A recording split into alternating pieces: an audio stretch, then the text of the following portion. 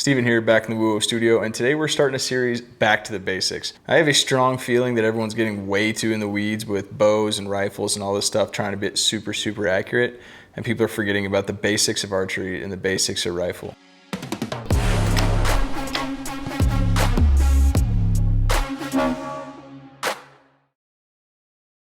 The idea of this series is to get people to stop worrying so much about what direction their arrow is spinning as it comes off the string, or bare shaft tuning their bow, or worrying about those such minute details that really don't matter when we're trying to shoot an animal. Most of us are not going to be trying to win indoor Vegas. Most of us are going to be shooting at animals during the fall and just want to make a really good shot so we don't wound or miss. Or most of us are just going to be shooting our local 3D tournaments just against our buddies and we want to kick their butts. I think getting back to the basics, understanding your equipment, and really knowing how to shoot your bow at a basic level is going to make you a much better archer than worrying about all those minute details that maybe the pros and the super pros are worried about. Today, we're gonna go back to square one, and I'm just gonna go over all the parts and pieces of your bow. A lot of us, I'm sure, especially if you're new, had just went to the archery shop, picked up a bow, grabbed your release, drew it back, and started slamming the trigger home. Not understanding what every single piece of this bow does is not gonna be the end of the world.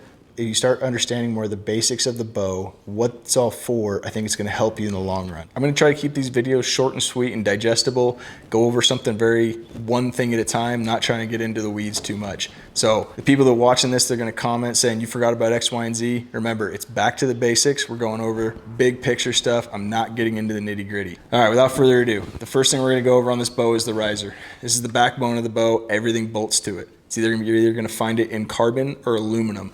They both work great. Aluminum is going to be a cheaper bow. Carbon is going to be a more expensive bow. The biggest difference between the two, carbon's lighter, aluminum is heavier. And then the big thing for hunters, carbon is warm to the touch, even in cold temperatures. Aluminum is going to freeze your hand. When it starts getting cold, you grab onto that aluminum riser. If you're not wearing a glove, you're really going to feel like you're grabbing onto an ice cube. With carbon, you're not going to. Moving on to the next part, the limbs. Every bow is going to have limbs, either going to be split limb or single limb. Not too much to talk about here, but this is where all your energy is stored. As you draw back, the limb is going to bend down, and as you release, the limb is going to fling back up. That's where you're getting your power.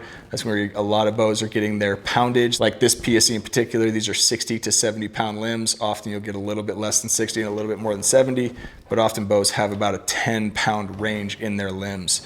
Some bow manufacturers use mods to change their poundages out, but PSE uses their limbs. The other thing you're going to see on here on a lot of limbs is you're going to see these rubber dampeners, and that's strictly just vibration control, trying to keep the vibration down so you have less hand shock when you shoot the bow. On these limbs, you're going to find these limb bolts right at the limb pocket. This bolt right here, as you back it out, is going to lessen the poundage of the bow, and as you tighten it back in, it's going to increase the poundage of the bow. One thing to note is there is a maximum amount of turns you can do to back this bolt out. If you go too far, that bolt will come out, and this bow is under tension, so be careful. Moving down the limbs, moving to the cams. This is what makes a compound bow a compound bow.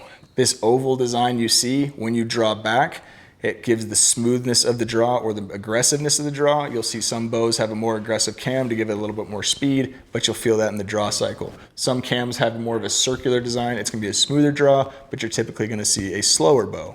So a lot of manufacturers have come to this happy medium of this oblong style where you're going to get a pretty smooth draw, but a dang fast bow. This is where your let-off is going to be chosen. Often you're going to see let-off between 80 to 95%, depending on the bow manufacturer and what's legal to hunt with in your state. Moving down from the cam down to your strings and your cables. This is going to be kind of the wear part of your bow. Your strings and cables do need to be replaced every so often. If you're shooting a lot, I'd replace them every year. If you're hunting a lot, definitely every year. You can get away with 2 or 3 years if you're not shooting a bunch. We can go over string health in a different video, but moving on here. On the strings, you're going to see these little white bumps. Most manufacturers have these. These are called speed buttons. They're very strategically placed to get string moving a little bit faster. If you add too much weight to your string, you can slow it down. Your peep sight, this is what you're looking through to line up your peep sight with your sight to make good, accurate shots. A little bit further down, I have a nose button. We'll go over that another time. Next, you got your D-loop. D-loop is where you're hooking on. No matter what release you're using, finger, index, hinge, whatever it is, you're hooking up to this D-loop and drawing back. Back in the old days, you'd hook straight to the string. Now, I don't think there's any question you should be using a D-loop. If you're not, go to your archer shop and fix it. The string is what you're drawing, and then these are your cables. Your cables are going from cam to cam, and these are kind of pulling against each other and bringing the limbs together. You also have this as your cable guard, and it's pulling the cables out of the way so you have clearance between your string, your fletchings, and your cables, so when your arrow passes, your cables and your fletchings aren't contacting. Moving on to the parts and pieces that are bolted to the bow. Right here you got your rest. You have a few different kinds of rest options you're going to find. You're going to find drop-aways or like a whisker biscuit style, which is just a fixed rest. 99% of the time now you're going to start seeing drop-away rests. Drop-away rests give you a lot more forgiveness as if you do influence the bow after the shot, the rest is falling away, so that influence on the bow after the shot isn't going to affect the arrow as much. So there's two types of drop-aways. There's limb driven, like I have on here now, and there's cable driven. It's more of a personal preference. Cable drivens, you can click up and the rest will stand up. Limb drivens, most of them, they stay down until you draw and the rest raises. And the next thing right in front here is your sight. There's a lot of different sight options out there, tons and tons and tons. The two different sights that you're gonna see out there are sliders and fixed. As you can see here, I have a dialed sight, it's a slider. If you're familiar with rifle shooting or turrets, it's basically the same idea. The other style of rest is a fixed pin. So the fixed pin is just gonna be 3 to 5 pins, 20, 30, 40, 50, 60, and that's it. The sight is fixed and it's not going to move. Some people really like it because it's all bolted in. Less moving parts means less chance for failure, but you are going to be pin gapping. You don't get to get that precise, dial to 57 yards. You're going to be kind of holding between 50 and 60. And then moving down the bow a little bit further, you got your stabilizers here. You got a front bar and a back bar. Most of the time, if you're new to this at all, you're often going to see a short front bar, but as the name implies, stabilizers stabilize your bow. If you have a little teeny short stubby weigh nothing stabilizer on there, it's more for vibration than it is for anything else. Stabilizers with weight at the end are going to slow your bow down. The whole idea is that the heavier your bow gets, the less twitchy it's going to be. If you hold a 5-pound weight out there, you can shake it and move it. You put a 30-pound weight in your hand, it's going to take a lot more to try to get that bow to move around. So that's exactly what stabilizers are doing. You're putting weights out in the front, weight in the back, and it's going to settle your bow into place. We can go more detail into that into another video as well. Last little teeny thing on this bow that I don't think I've mentioned yet is this wrist wrap. This is strictly for your mental confidence, as when you get that surprise break that you're not going to drop your bow. If you don't really have anything attaching you to the bow and you get a surprise break and that bow jumps out of your hand, you're going to want to grab it.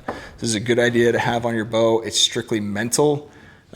You're not going to drop your bow unless you're shooting steep downhill, and then these things will save your butt.